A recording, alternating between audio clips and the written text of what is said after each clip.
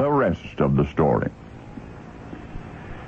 He was too small to be a fighter, but he was a fighter. The boy weighed a scant 95 pounds. The YMCA sponsors of the Golden Gloves tournament said that there were no other entrants in the paperweight or flyweight divisions. If he insisted on fighting, he'd have to fight the big boys, 30 pounds heavier than he. He insisted. He fought larger contestants in his hometown, and he was crowned its champion. He fought his way 3 and 4 fights a night through the preliminaries, semifinals, into the state finals. The slight youth, his name was George, was edgy the night before the main event. His coach, J.P. Hanks, invited the lad to go for a walk to discuss strategy. They walked about a block from the Y dormitories when they encountered a street fight. A couple of young hoodlums were pestering a small Negro boy. Most boxers will run from a street fight. Coach Hanks grabbed young George by the arm and tried to turn him away from the row, but George jerked his arm free and stepped right into the middle of the altercation. He ordered the two hoodlums to leave the black boy alone. Both the hooligans were much larger than George, and the larger of the two threw a punch without warning, and in an instant, George was flat on his back on the sidewalk. But in another instant, he was on his feet, dazed but fighting mad.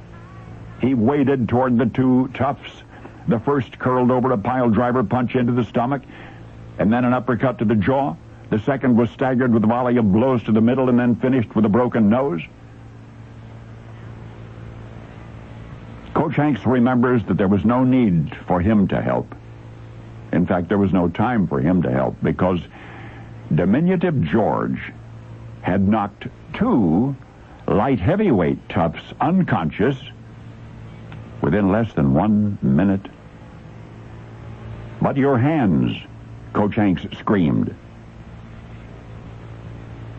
It was too late. The boy's knuckles were split and bleeding. His wrists were swelling.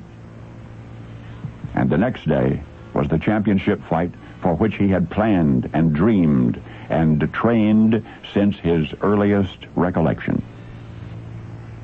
He refused to see a doctor, knowing that he would be disqualified. By fight night, George's hands were twice their normal size, so painful that when the coach finished lacing his gloves, from the sheer pain, there was blood on George's lips. He insisted on fighting. Coach Joe Hanks remembers. He could barely defend himself, nothing more. Yes, he lost that night.